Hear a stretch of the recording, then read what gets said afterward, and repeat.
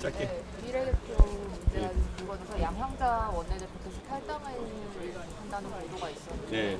어떻게 보세요? 저는 양현자 원내대표가 어떤 선택을 할지는 잘 모릅니다. 그런데 공천에 있어가지고 적어도 저는 예전에 국민의힘에서도 당 대표가 공천에 대해 가지고 직접적인 개입을 하는 건 굉장히 위험하다라고 판단했고, 그래서 지금 개혁신당의 공천관리위원회는 양영자 의원께서 추천하신 한국의 희망 측 공관위원도 참여해서 이번에 공천심사를 했습니다. 그리고 지금 비례대표 상위 순번에 그 공관위원께서 추천하신 인사가 지금 3번으로 포함되어 있습니다. 그렇기 때문에 양영자 대표, 양영자 원내대표께서 어떤 결과에 대해서 본인이 기대하던 것이나 아니면 본인이 바라는 바에 미흡한 부분이 있을 수 있겠지만은 그거는 제 세력이 모여있는 정당이다 보니 어느 정파나 마찬가지일 것이다. 저는 저 개인적으로도 사실 이 창당이나 아니면 저의 오랜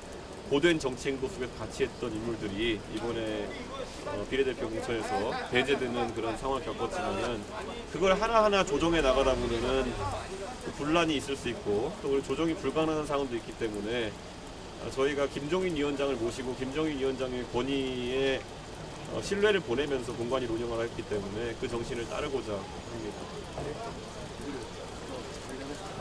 오늘 이종석 호주표에서 들어왔는데 그것에 대한 어떤 생각과 함께 25일 일정 공관장 일정이 이게 좀 급조됐다는 이야기가 또 있거든요. 이것도 함께 좀 말씀해 주세요.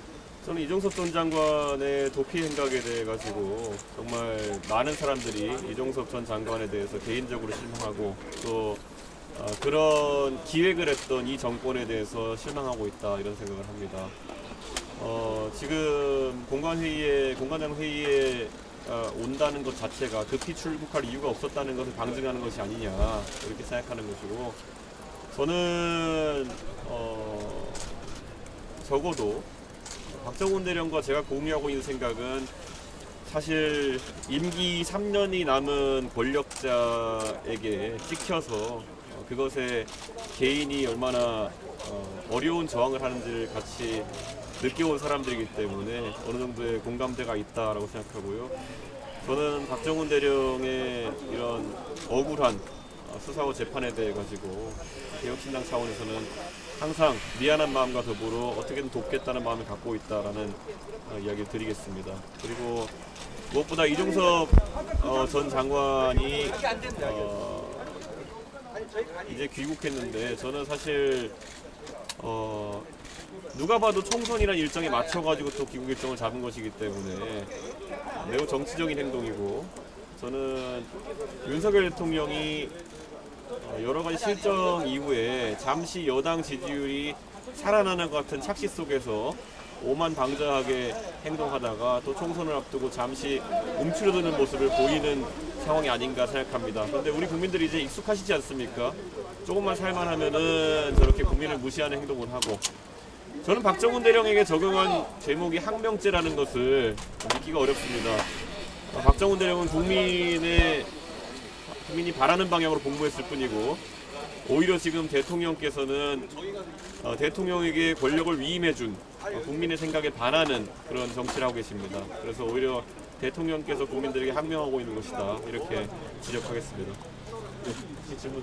아까 만남에서 박 대령님이 어떤 말씀 주셨는지 간단히 좀 들어주시죠. 박정훈 대령과 제가 오늘 면대면으로 만나뵌 거는 처음입니다. 그전에도 기회가 있었지만은 정치적인 오해를 살까 싶어서 그렇게 만나뵙지 못했는데요. 오늘은 이 공판이라는 아주 중요한 일정이 있어가지고 꼭 힘이 되어드리고 싶었습니다. 특히 이종석 전 장관, 이종석 대사의 귀국과 겹쳐가지고 사실 우리 국민들께서 다 만감이 교차할 것이다.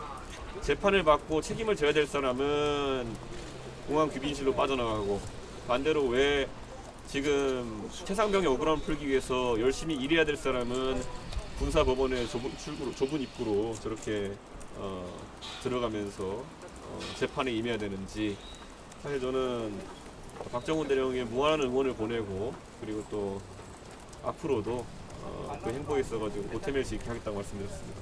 네. 네, 여기까지 하겠습니다. 네, 감사합니다. 감사합니다. 당 관련 질문 하나만. 온라인 된 거는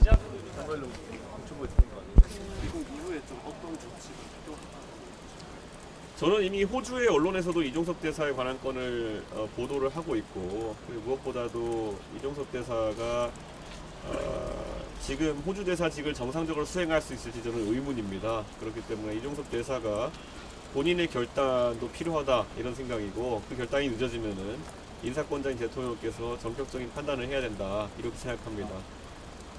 지금 뭐 이재명 대표도 본인 수사받고 재판받느라 당무를 제대로 못한다 이런 지적이 있는 상황 속에서 주요국 대사가 이런 수사나 아니면 재판 때문에 자주 귀국해야 되는 상황이라 그러면은 상대국에 대한 예의도 아닐 뿐더러 이종섭 대사가 대사 본분의 직무를 행하기도 어려울 것이다 저는 이렇게 판단합니다.